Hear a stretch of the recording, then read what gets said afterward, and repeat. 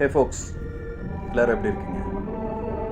Casio, CASIO, Casio, இந்த நேமை நீங்கள் கண்டிப்பாக ஏதாவது ஒரு இடத்துல கடந்து வந்திருப்பீங்க. ஒன்று கால்குலேட்டராக இருக்கலாம், வாட்சஸாக இருக்கலாம், அப்புறம் கீபோர்டு, மியூசிஷியன்ஸ் வச்சுருக்கிற கீபோர்ட்ஸில் பார்த்துருக்கலாம். அண்ட் பாக்கெட் டிவி, 1970, 80s வந்து பாக்கெட் டிவி, சின்ன டிவி, கை கடக்கமாக இருக்கும் இல்லையா, அந்த டிவி நீங்கள் மேக்ஸிமம் அந்த மாதிரி டிவி இங்கே இந்தியாவில் பார்த்துருக்க மாட்டீங்க. மோஸ்ட்லி ஃபாரின் போயிட்டு வந்தவங்க யாராவது 80s காலகட்டத்தில் வெளிநாட்டில் போயிட்டு ஒர்க் பண்ணிட்டு வந்தவங்க அந்த டிவி வாங்கிட்டு வந்திருக்கிறதுக்கான வாய்ப்பு அதிகமாக இருக்குது. ஸோ இந்த கேஷியோ கம்பெனி எப்படி ஸ்டார்ட் ஆச்சு, யார் ஸ்டார்ட் பண்ணா அப்படிங்கிற ஒரு சின்ன வீடியோ விளக்கம் தான் இந்த வீடியோ. ஸோ வாங்க நேரடியாக விஷயத்துக்கு போயிடுவோம். கேஷியோ கம்பெனியோடைய founder name Tadao Casio.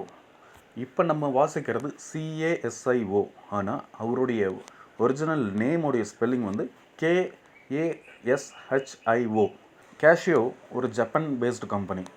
First Casio company start பண்ணது 1946 இந்த கம்பெனியை ஸ்டார்ட் பண்ணார்.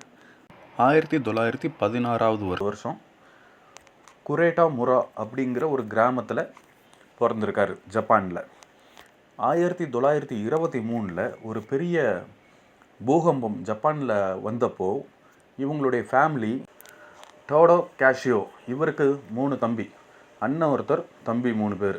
ஸோ இவங்க எல்லாரும் டோக்கியோவுக்கு வந்துட்டாங்க. வந்த பிறகு டோக்கியோவில் இவருடைய ஹையர் ஸ்டடீஸ் முடித்ததும் இவர் ஒரு ஃபேக்ட்ரியில் லேத் ஆப்ரேட்டராக ஜாயின் பண்ணியிருக்காரு. இவருடைய ஸ்கில்ஸை பார்த்துட்டு, இவருடைய ஒர்க்கிங் ஸ்கில்ஸை பார்த்துட்டு அந்த ஃபேக்ட்ரி ஓனரு, அட பாவி, ஆளை பார்த்தா டம்மி பீஸா இருக்க, பயங்கரமான ஆளா இருக்கேடா, இவருக்கு கொஞ்சம் என்கரேஜ் பண்ணி இவரை காலேஜில் படிக்க சொல்கிறார். டோடோ கேஷியோ அதுக்கப்புறம் வசேடா யூனிவர்சிட்டி அப்படிங்கிற காலேஜில் ஜாயின் பண்ணி அந்த காலேஜில் அவருடைய மேற்படிப்பு படிச்சுட்ருக்கார்.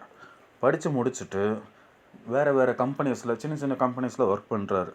ஒர்க் பண்ணிவிட்டு அந்த கம்பெனிஸில் ஒர்க் பண்ண அனுபவங்கள், பல கம்பெனிஸில் ஒர்க் பண்ணுறாரு. அதில் பானை செய்கிறது, சட்டி செய்கிறது, வடை சட்டி செய்கிறது, சைக்கிள் டைனமோ செய்கிறது. சைக்கிள் டைனமோலாம் இப்போ யாருக்கும் அதிகம் தெரியாது. ஏன்னா இப்போ வர சைக்கிள்ஸில் பேட்டரி போட்டால் லைட் எரியிற மாதிரி வச்சுட்டாங்க. அதுவும் இல்லாமல் அதிகம் சைக்கிள்ஸ் யாரும் யூஸ் பண்ணுறதில்ல. இந்த சைக்கிள் டாபிக் பற்றி இன்னொரு நாள் நம்ம தெளிவாக பார்க்கலாம், இந்த டைனமோ சைக்கிள் அதெல்லாம். இப்போது இவர் என்ன பண்ணுறாரு, கொஞ்சமாக இந்த வேலை அனுபவங்களை வச்சுட்டு ஒரு பெரிய கம்பெனிகளில் சப்கான்ட்ராக்ட் எடுக்கிறார்.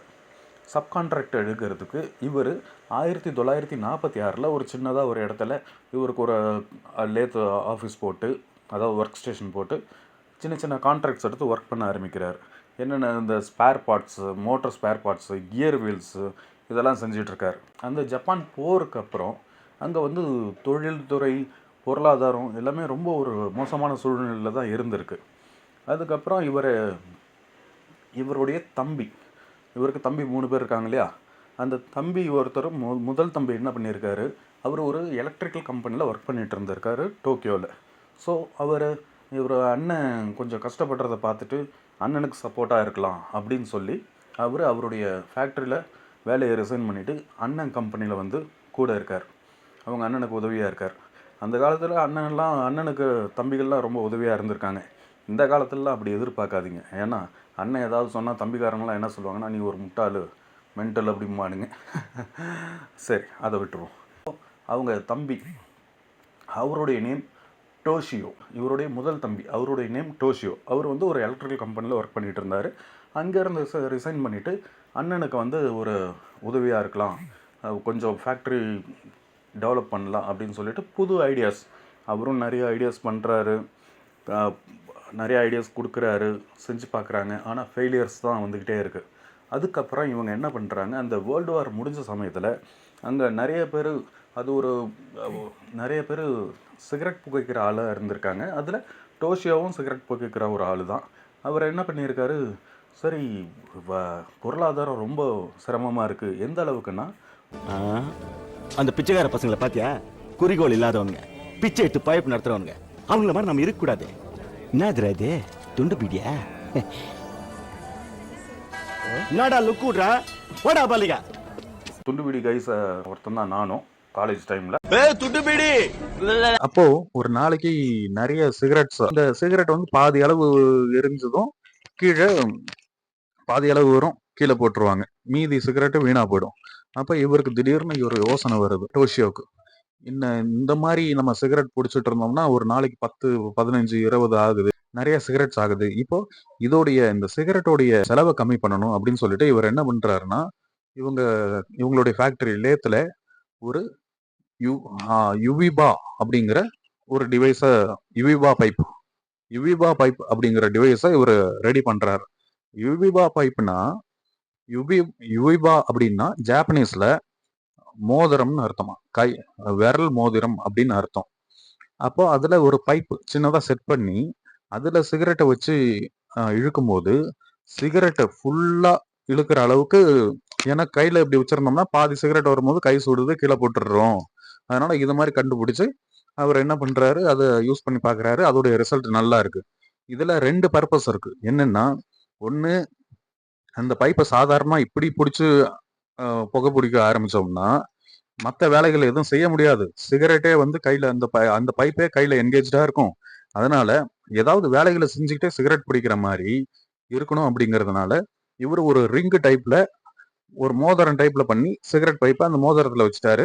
அதனால அவங்க என்ன பண்றாங்கன்னா, இப்படி பிடிச்சிட்டு மற்ற வேலைகளையும் செய்யற மாதிரியும் இருக்கும், புகை பிடிச்ச மாதிரியும் இருக்கும் அப்படின்ட்டு அந்த ரிங்கை கண்டுபிடிக்கிறாரு. அந்த ரிங்கை கண்டுபிடிச்சது நல்லா வந்திருக்கு. உடனே இதை வந்து இவங்க டேடோ காஷியோவும் டோஷியோ அவங்களுடைய அப்பா ஷிகுரு அப்படிங்கிறவர், அவர் என்ன பண்றாருன்னா, அவர்கிட்ட சொல்லி நீங்க போயிட்டு மார்க்கெட் பண்ணுங்க அப்படிங்கிறாரு. இந்த மோதிரத்தை கொண்டு போனப்போ எவ்வளவு டைட்டா இருக்கு பாருடா. கரெக்டா இருக்கு. இது ஃபிட்டா இருக்காடா? மாப்பிள்ளைக்குனே போட்ட மாதிரி சொல்றேன். காசெல்லாம் தேவையில்லாம செலவாகுது. அந்த ரிங்கு சிகரெட் அடிக்கிறவங்களுக்குடா, நீ அடிக்கிறது பீடி, உனக்கு அதுக்கும் என்னடா சம்பந்தம், வேணாண்டா. அவன் கிடக்குறான். இது நல்லா இருக்கு. அப்போ அவங்க ஜப்பான்ல பெரிய பொருளாதார பிரச்சனையா, அதனால ஒரு 20 சிகரெட் ஆக வேண்டிய இடத்துல இந்த மோதிரத்தை வாங்கி போட்டு புகைச்சோம்னா 10 சிகரெட் தான் ஆகுது. ஏன்னா ஃபுல் சிகரெட்டையும் பிடிக்கிறாங்க. அந்த அளவுக்கு எஃபிஷியண்டா இருந்தது. ஸோ இந்த மோதிரத்துக்கு எல்லாம் நல்ல வரவேற்பு இருந்தது. எல்லாரும் வாங்கி யூஸ் பண்ணாங்க. அதுல கொஞ்சம் லாபம் வந்தது. அதுல கொஞ்சம் இவங்களுடைய வறுமைங்கிறது போக ஆரம்பிச்சது. அப்போ 1949ல ஒரு ட்ரேட் ஃபேர் கான்சாங்கிற நகரத்துல, டோக்கியோல நடக்குது. இவங்க 2 பேரும் போயிட்டு அந்த எக்ஸிபிஷன் பாக்குறாங்க. அங்க வந்து பாத்தீங்கன்னா ஒரு கால்குலேட்டர், எலக்ட்ரிக்கல் கால்குலேட்டர் பாக்குறாங்க. அந்த எலக்ட்ரிக்கல் கால்குலேட்டர், அந்த காலத்துல கால்குலேட்டர்ஸ்லாம் எப்படின்னா, கியர்ஸ், மோட்டார் இருக்கும், கியர் இருக்கும், அதுல தான் இயங்கும். கியர் மாடல் கால்குலேட்டர்ஸ் தான் அந்த காலத்துல இருந்தது. அதுல என்னன்னா, நம்பர்ஸ் எல்லாம் பாத்தீங்கன்னா ஒரு 10 ரோ இருக்கும் கால்குலேட்டர்ல. இப்போ டைப்ரைட்டர் இருக்கு இல்லையா, இப்போ டைப்ரைட்டர்னா இப்போ இன்னும் மாடர்ன் காம்பாக்டா வந்துருச்சு. முன்னாடி ஒரு 2000ல இருந்த டைப்ரைட்டர்ஸ் பாத்தீங்கன்னா, இந்த பழைய படத்தெல்லாம் பார்த்துருப்பீங்க, பெரிய டைப்ரைட்டர் இருக்கும். அந்த அளவுல தான் கால்குலேட்டர் இருந்தது. அந்த கால்குலேட்டர் வந்து கியர் மாடல்ஸ், கியர் மூவ் ஆகும், மோட்டர் போட்டோடனே கியர்ஸ் மூவ் ஆகும். நம்பரை ஃபர்ஸ்ட் ஒரு நம்பர் மேல ரோல ஒரு நம்பர் டைப் பண்ணும், அடுத்த ரோல ஒரு நம்பர் டைப் பண்ணும். அந்த மாதிரி டைப் பண்ணி ஒரு ஒரு ஒரு டைம் வந்து ஒரு ஃபங்க்ஷனாலிட்டி தான் ஒர்க் ஆகும். அதாவது ஒரு மல்டிபிள் ஃபங்க்ஷன்னா 1 × 1 = 1, அது மட்டும்தான் ஆன்சர் வரும். அதுக்கு அடுத்தது அந்த ரிசல்ட் கூட மறுபடியும் இன்னொரு நம்பரை கால்குலேட் பண்றோம், மல்டிப்ளை பண்றோம், ஆட் பண்றோம் அப்படின்னா அப்படி வராது. அந்த மாதிரி தான் கால்குலேட்டர்ஸ் அந்த காலத்துல இருந்தது. அந்த கால்குலேட்டரை இவங்க 2 பேரும் அந்த எக்ஸிபிஷன்ல பார்த்துட்டு வந்துட்டு, இவங்க தம்பி டோஷியோ இருக்காரு இல்லையா, அவரு இந்த கால்குலேட்டர் வந்து இன்னும் என்னால தரம் உயர்த்த முடியும், அதாவது இப்ப கியர் சிஸ்டம்ல இருக்கு, அதை வந்து வேற மாதிரி கொண்டு வந்து இன்னும் கொஞ்சம் காம்பாக்டா பண்ண முடியும் அப்படின்ட்டு டோஷியோ அவங்க தம்பி சொல்றாரு. ஏன்னா அவர் எலக்ட்ரிக்கல் கம்பெனில ஒர்க் பண்ணிட்டு இருந்தாரு இல்லையா. சரின்ட்டு இவங்களும் என்ன பண்றாங்க, அண்ணன் தம்பி 2 பேரும் கால்குலேட்டர் புதுசா ஒன்று ரெடி பண்றதுக்கு முயற்சி பண்றாங்க. அப்போ இவங்க தம்பி எலக்ட்ரிக்கல் லைன்ல இருந்ததுனால இவர் என்ன சொல்றாருன்னா, இந்த கியர் சிஸ்டமை யூஸ் பண்ணாம சொலினாய்டு யூஸ் பண்ணலாம், சொலினாய்டு யூஸ் பண்ணோம்னா இன்னும் கொஞ்சம் காம்பாக்டா பண்ணலாம் அப்படின்னு சொல்லிட்டு இவர் சொலினாய்டு யூஸ் பண்ணி ஃபர்ஸ்ட் ஒரு எலக்ட்ரிக்கல் கால்குலேட்டரை 1954ல ரெடி பண்றாங்க. பழைய கால்குலேட்டரை விட கொஞ்சம் சின்னதாகவும் நல்லாவும் இருந்தது. ஆனா இதுல என்னன்னா, ஒரு ஃபங்க்ஷன் தான் சேம். இந்த பழைய கால்குலேட்டர் பண்ற 2 இன்ட்டு 2 ஈக்குவல் டு 4, 6 இன்ட்டு 6 36 அந்த மாதிரி வருது இல்லையா, ஒரே ஃபங்க்ஷன். அதே தான் இதுலயும் இருந்தது.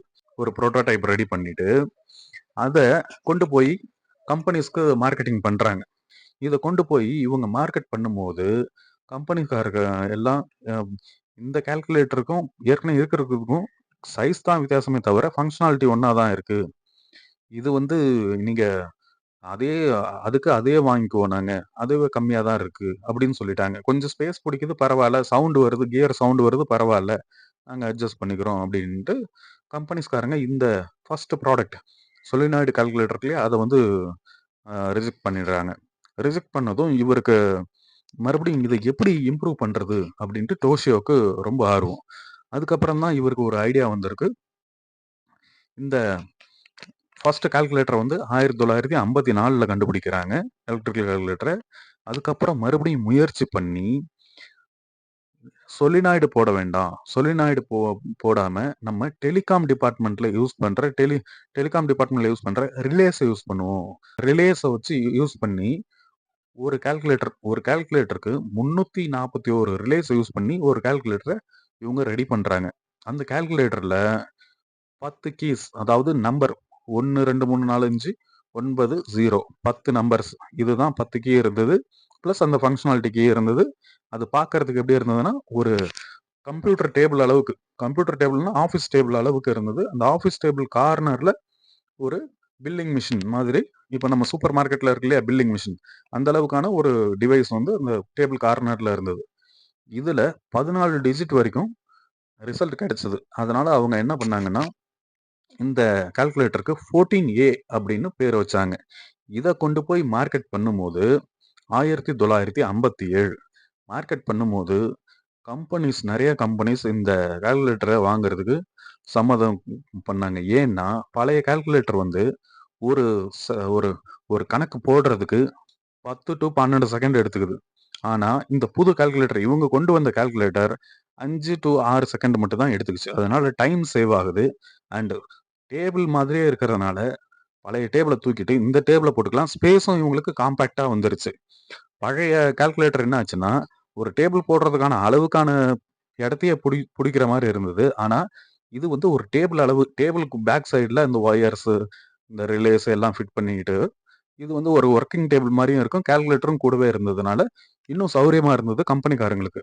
அதனால எஜுகேஷன் இன்ஸ்டியூட்ஸ்ல, அப்புறம் கம்பெனிஸ், ஆஃபீஸஸ்லாம் இவங்களுடைய கேஷியோ கம்பெனியோடைய 14A அப்படிங்கிற கால்குலேட்டர்ஸை நிறைய வாங்க ஆரம்பிச்சாங்க. அதுக்கு நிறைய டிமாண்டும் வர ஆரம்பிச்சது.